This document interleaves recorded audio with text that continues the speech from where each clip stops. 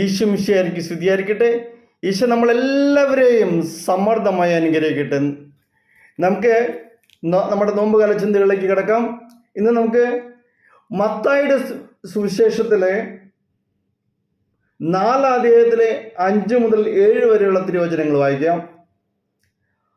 അനന്തരം പിശാച് അവനെ വിശുദ്ധ നഗരത്തിലേക്ക് കൂട്ടിക്കൊണ്ടുപോയി ദേവാലയത്തിൻ്റെ അഗ്രത്തിൽ കയറ്റി നിർത്തിയിട്ട് പറഞ്ഞു, നീ ദൈവപുത്രനാണെങ്കിൽ താഴേക്ക് ചാടുക. നിന്നെക്കുറിച്ച് അവൻ തൻ്റെ ദൂതന്മാർക്ക് കൽപ്പന നൽകും. നിന്റെ പാദം കല്ലിൽ തട്ടാതിരിക്കാൻ അവർ നിന്നെ കൈകളിൽ താങ്ങിക്കൊള്ളും എന്ന് എഴുതപ്പെട്ടിരിക്കുന്നു. യേശു പറഞ്ഞു, നിന്റെ ദൈവമായ കർത്താവിനെ പരീക്ഷിക്കരുത് എന്നുകൂടി എഴുതപ്പെട്ടിരിക്കുന്നു. Praise the Lord. പ്രിയമുള്ളവരെ, ജനശ്രദ്ധ പിടിച്ചു പറ്റാൻ ഉതകുന്ന ഒരു മഹാത്ഭുതമാണ് ഇവിടെ പ്രലോഭകൻ ആവശ്യപ്പെടുന്നത്. യഹൂദരുടെ വിശ്വാസം അനുസരിച്ച് ഈ പ്രലോഭനത്തിന് ഒരു പശ്ചാത്തലമുണ്ട്. അഗ്നിതേരിൽ സ്വർഗത്തിലേക്ക് എടുക്കപ്പെട്ട എലിയ പ്രവാചകൻ യുഗാന്തം വിളംബരം ചെയ്യാനായി വീണ്ടും വരുമെന്നുള്ളൊരു വിശ്വാസം പരക്കെ എല്ലാവരിലും ഉണ്ടായിരുന്നു. അപ്പോൾ അവൻ ദേവാലയ ഗോപുരത്തിന് മുകളിലാവും പ്രത്യക്ഷനാവുക. ജനങ്ങൾക്കെല്ലാം ഇതൊരു അടയാളമായിരിക്കും. ഇപ്രകാരം ഒരു ദൃശ്യമാണ് ഇവിടെ പ്രലോഭകൻ നിർദ്ദേശിക്കുന്നത്. ദേവാലയ മുറ്റത്തുകൂടി തിങ്ങിക്കൂടി നിൽക്കുന്ന ജനക്കൂട്ടത്തിന് നടുവിലേക്ക് ദേവാലയ ഗോപുരത്തിന്റെ മുകളിൽ ചാടി ഒരു കേടും കൂടാതെ നിൽക്കുന്നത് കാണുമ്പോൾ ജനങ്ങളെല്ലാം അവനെ മിശിഹായും രക്ഷകനുമായി അംഗീകരിക്കും. ഇത് തന്നെ രക്ഷയുടെ മാർഗം. പരസ്യജീവിതം തുടങ്ങാൻ പോകുന്ന യേശുവിന് മുമ്പിൽ തെളിയുന്ന ഒരു വഴിയാണിത്. മഹാത്ഭുതത്തിലൂടെ ജനശ്രദ്ധ പിടിച്ചുപറ്റുക, ജനങ്ങളുടെ വിശ്വാസം ആർജിക്കുക. പ്രതീകാത്മക ഭാഷയിൽ ഇവിടെ അവതരിപ്പിക്കുന്ന അത്ഭുതത്തിന്റെ പ്രമേയം യേശുവിൻ്റെ ജീവിതകാലത്ത് അനേകം തവണ ആവർത്തിക്കുകയുണ്ടായി.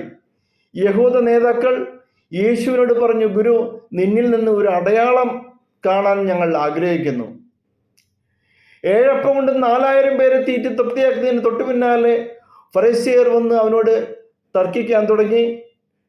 അവനെ പരീക്ഷിച്ചുകൊണ്ട് സ്വർഗത്തിൽ നിന്നൊരു അടയാളം ആവശ്യപ്പെട്ടു.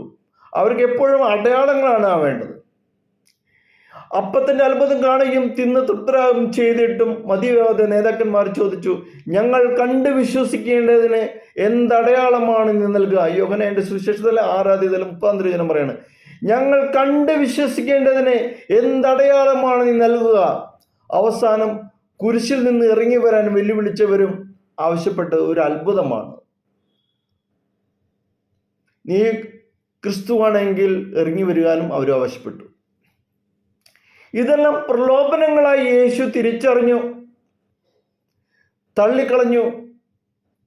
യേശു പ്രവർത്തിച്ച അത്ഭുതങ്ങൾ ജനശ്രദ്ധ പിടിച്ചു പറ്റുന്ന മായാജാലങ്ങളായിരുന്നില്ല, മറിച്ച് ദൈവത്തിൻ്റെ കരുണയും ശക്തിയും പ്രകടമാക്കുന്ന അടയാളങ്ങളായിരുന്നു.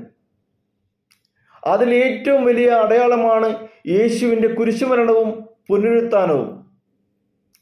അതിൻ്റെ ഓർമ്മ ആചരിക്കാനുള്ള ഒരുക്കമാണ് നമ്മുടെ ഈ നോമ്പുകാലം.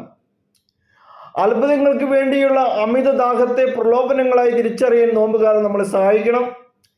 ദേവാലയ ഗോപുരത്തിൽ നിന്ന് താഴേക്ക് ചാടിയല്ല, കുരിശിൻ മുകളിലേക്ക് ഉയർന്നാണ് യേശു ദൈവപുത്രത്വം വെളിപ്പെടുത്തി നമുക്ക് ഓരോരുത്തർക്കും തന്നത്.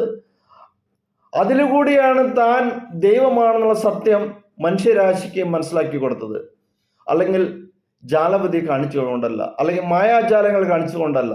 ആ ഒരു വലിയ തിരിച്ചറിവ്, ദൈവമഹത്വം പൂർണ്ണമായ അർത്ഥത്തിൽ തന്നെ നമുക്ക് ഗ്രഹിക്കുന്നതിനും അതിലൂടെ ഏകദൈവമായ സത്യദൈവത്തിൽ വിശ്വസിക്കേണ്ടതിനും നമുക്ക് ഈ കാലഘട്ടം വിനിയോഗിക്കാം. ദൈവം നമ്മളെ ഓരോരുത്തരെയും അനുഗ്രഹിക്കട്ടെ. പൂർണ്ണമായി കർത്താവെ ഞങ്ങളെ സമർപ്പിക്കുന്നു. നീ തന്നെയാണ് മിശിഹ എന്ന് ഞങ്ങൾ വിശ്വസിക്കുന്നു. മായാജാലങ്ങളും അത്ഭുതങ്ങളിലല്ല, മറിച്ച് നിന്റെ കരുണയിലും കർത്താവെ നിന്റെ ദൈവത്വത്തിലും പൂർണ്ണമായി വിശ്വസിക്കേണ്ടതിന് വേണ്ടി ഞങ്ങളെ പൂർണ്ണമായി അങ്ങ് തിരുസന്നിധിയിൽ സമർപ്പിക്കുന്നതാണ്. കർത്താവെ, ഈ നോമ്പ് കാലത്ത് അതിന് വേണ്ടുന്ന കർത്താവെ, മാനസികമായ അവസ്ഥയിലേക്ക് കടന്നു വരുന്നതിനും പൂർണ്ണമായി ഞങ്ങളെ ഒരുക്കണമേ. അതിനായി ഞങ്ങൾ പ്രാർത്ഥിക്കുന്നു. ഞങ്ങളെ അനുഗ്രഹിക്കണമേ. Hallelujah, hallelujah.